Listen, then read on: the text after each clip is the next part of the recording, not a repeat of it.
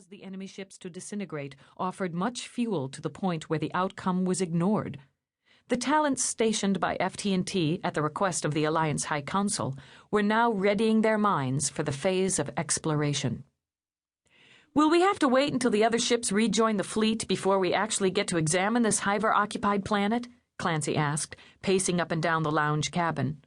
"Don't see why if we get there first," Thean said.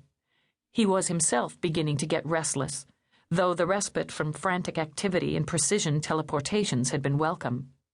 "Speaking of getting anywhere, just when do I get transferred to the Columbia?" asked Prime Roger, cocking his head and making his urgency plain to his older brother and team leader.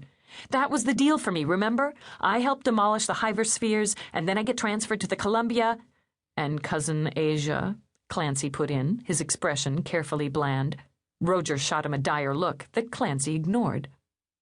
"When you've helped me reprovision the squadron," Thean answered, linking his fingers behind his head as he leaned back and stretched out his long legs.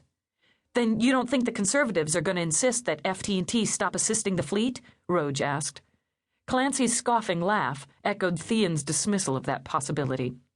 "Look, bro," Thean said, sitting forward, elbows on his knees, "the FT&T was very carefully," and he emphasized the syllables, "nurtured as an autonomous public service.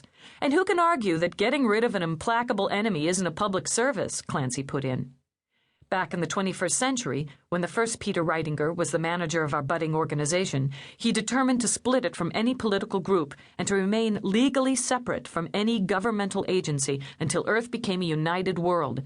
His successors studiously kept FT&T apolitical and also made certain that the facilities of the towers were on a first-come, first-served basis. It's impossible to bribe a talent, remember? Not with primes who can read anyone's mind.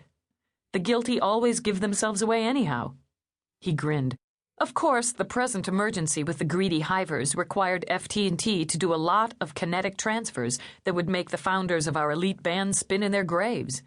Nevertheless, it is still in our precious charter that we talents are required to teleport a lot of people and things that are repellent to our sensitive souls, though not illegal.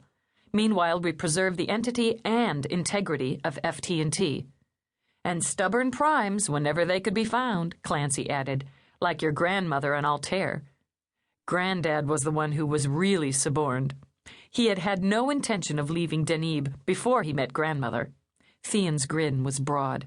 Had the Hivers but known they had met their match in Jeff Raven and Angharad Gwyn, a.k.a. the Rowan, as partners, they might have quit while they were ahead. "Not while there were Hiver queens needing planets to colonize," Clancy put in. And that, of course, brought the entire FT&T organization in at the time of the Deneb penetration, with the Rowan as the focus for the mind merge that helped Jeff Raven dispatch the Hiver scouts trying to depopulate his home world.